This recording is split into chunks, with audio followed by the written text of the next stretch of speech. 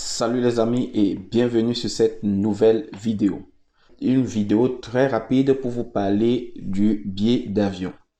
Il est bien vrai que je fais cette vidéo tout simplement parce qu'il y a eu une nouveauté en ce qui concerne la réservation du billet d'avion. On se retrouve tout simplement après le générique pour que je puisse vous expliquer si vous avez besoin de faire cette réservation ou pas.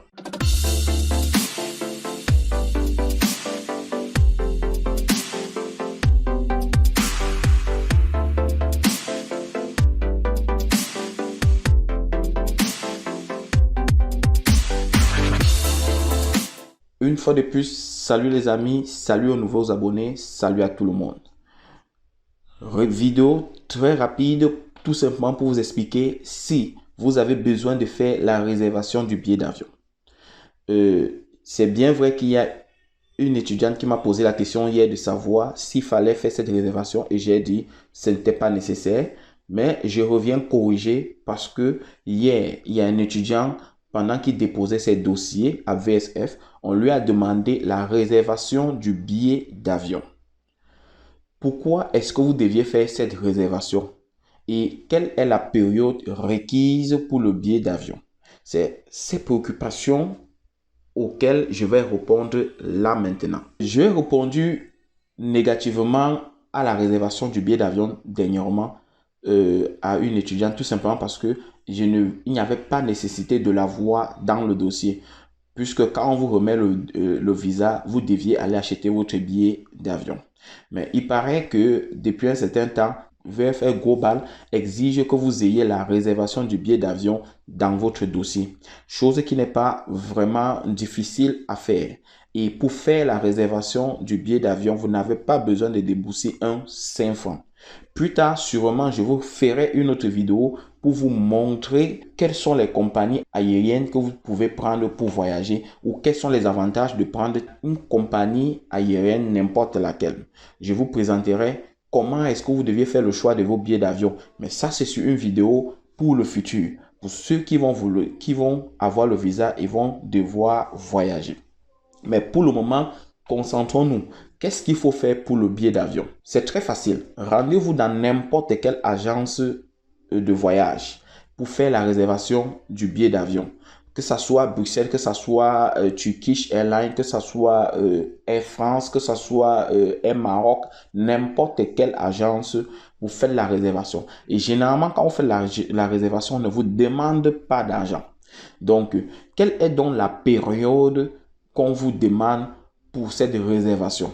Alors, quand vous allez arriver à VSF, ils vont vous demander d'avoir une période de minimum 6 mois pour la réservation. Ça veut dire, si mon départ est prévu pour le 25 août, il faudra au moins que je compte 6 mois pour la date de retour que je vais mettre dans la réservation. Je pense à tomber un truc comme février. Alors, les amis, ne commettez plus l'erreur d'y aller sans votre réservation. Je sais que j'ai répondu à une étudiante hier en commentaire que ce n'était pas nécessaire. Réellement dit, ce n'était pas vraiment nécessaire parce qu'il y a eu des étudiants qui ont déposé sans cette réservation de billets d'avion et on n'a pas du tout dérangé. Alors, si déjà on vous exige cette réservation de billets d'avion, ça ne dérange pas. Vous sortez, vous allez dans une agence de voyage et vous faites ces réservations de billets d'avion sur une période de 6 mois. Et vous pouvez le faire et l'introduire directement dans votre dossier en joignant également une photocopie. Parce que je vous ai dit, tous les documents que vous deviez mettre dans votre dossier doivent avoir une photocopie. Sinon, arrivé à VSF, vous allez devoir faire cette photocopie à 100 francs. Alors qu'au quartier, vous aurez dû refaire la même photocopie à une somme de 25 francs et voire même 2 photocopies à 25 francs dans d'autres quartiers.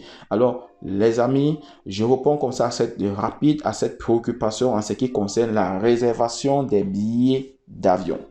Oui, vous devez faire cette réservation. Combien de temps? Quelle est la période? Sur une période de 6 mois.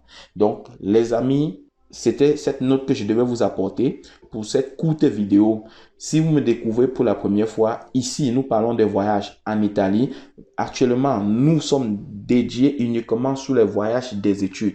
Mais comme je vous ai promis, dans quelques temps, je débute également avec des vidéos qui vont vous expliquer comment ou quelles sont les procédures pour pouvoir demander le visa dans les catégories suivantes: tourisme, affaires, regroupement familial et bien d'autres.